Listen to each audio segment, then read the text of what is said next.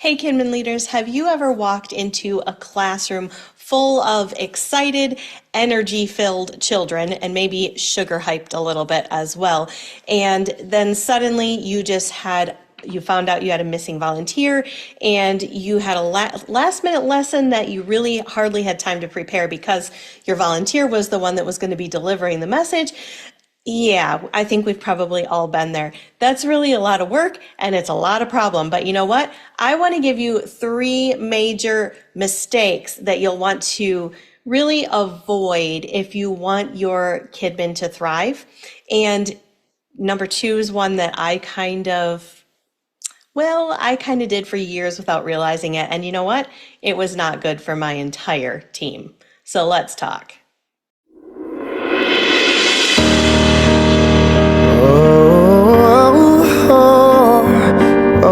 Give me Jesus. So mistake number one, winging it weekly or every other week or at all. Winging it is never a good option. You know, there's a bunch of reasons why winging it is really difficult or bad for you and your ministry.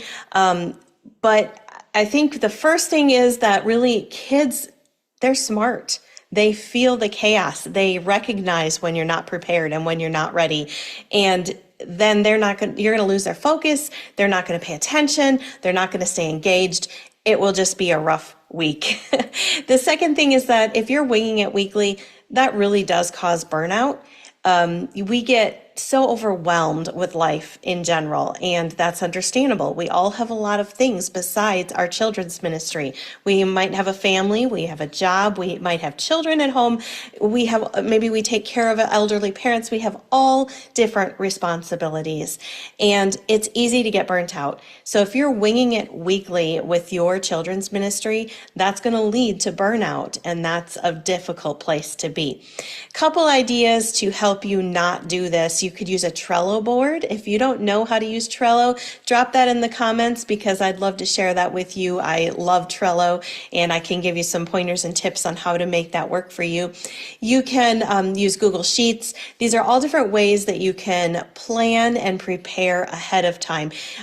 Even just in a simple binder, have a list of games and activities that you have the supplies for so that you don't have to fall back on the same musical chairs every single week because you didn't have time to prepare. So make sure you prepare ahead of time for your lessons. I always instruct people to start reading through your lesson at least on Monday. If you're teaching on Sunday, start reading through the next one on Monday so that you can prepare ahead. If you have to purchase props or supplies, you're going to need to know that ahead of time. You can't wait till Sunday morning or even Saturday to find what you need. So prepare ahead of time. Don't wait too long to get ready. Mistake number two that I messed up on for many, many years was doing it alone or mostly alone. And a lot of us, I think what happens is we know how we want things to be. If it's in children's church and you have a whole lot of things going on, decor, props, object lessons, activities, you kind of have in your head what you want to see and how you want it to all work. And so sometimes it's just easier to do it myself than to try to find somebody else that will do a good job. Because I know if I do it, I'm going to do it the way I want it done. Well, unfortunately, that's not the best thing for your volunteers, for your helpers, for whoever you have, even if you just have one substitute in your class or one helper. It is not good for you to do everything alone because what happens when you're not there? Suddenly, they've not prepared, they've not learned how to plan a lesson or prepare the props or activities or things to go in that lesson, and they're not ready to take it over when you can't do it. And nobody's growing. And again, this is another way to really burn out quickly. So make sure you share responsibilities with those that are volunteers and subs and those that are able to be there. Even if it's just little tiny things like having them cut out the letters that you need for the craft that day, or prepare the crayons and the paint and whatever you might be using. Give them small responsibilities and have them help you prepare those things. You can even give them a monthly list of a schedule, what needs to be done every week for an entire month, so that it's not last minute. So don't do what I did and try to do it alone for years and years. You will get burnt out. Mistake number 3 is missing the ministry moment. And what I mean by that is we get so excited to work with the children. It's a fun ministry. You have games, you have activities, object lessons, science experiments, storytelling, and dramas and skits and puppets. And it's a lot of fun, right? But what are we ultimately here for? We are here to make a spiritual impact on these children and to help them enter into the presence of Jesus and to change their lives forever. So if we get so caught up in the moment of the fun and the activities and the preparation of everything that will engage the children and keep their attention, which is important, but if we get so focused on that, we may miss the ministry moment.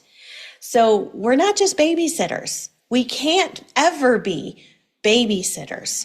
We're shaping their lives for eternity.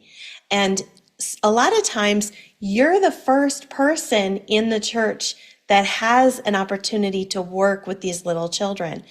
And you're their first experience in Sunday school. You're their first experience to learn from a teacher, besides their parents who are hopefully teaching them. But sometimes they aren't. Sometimes you have bus children or children that come with parents or grandparents or foster care, or you just don't know the situation until you're there.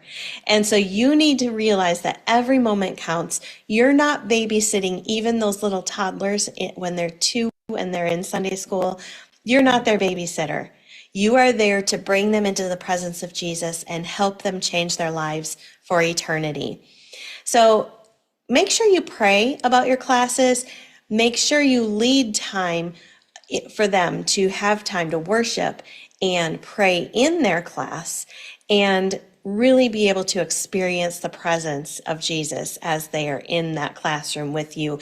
You can keep it simple, you can make it big. It just depends on how the children are responding, but always give that time to enter into Jesus' presence. Now, if this has helped you at all, make sure you post something in the comments. Let me know. Let me know. I'd also be curious to hear what ages you work with. If you are teaching Sunday school or children's church or nursery, let me know in the comments what ages you're working with. And make sure you click the button and subscribe, and also click the notification bell so you don't miss any future videos that I post. I do have a free Facebook group for training, and you can go ahead and find that link. It's in the description, and I will let you join that group as well, because it's a great place for us to share together and be able to work together in children's ministry. Because again, we're not babysitters. We're bringing them into the presence of Jesus to change their lives for eternity. So I hope this has been great for you. I hope it's been a blessing. Remember to let me know in the comments how it's helped you, and we'll see you again next time.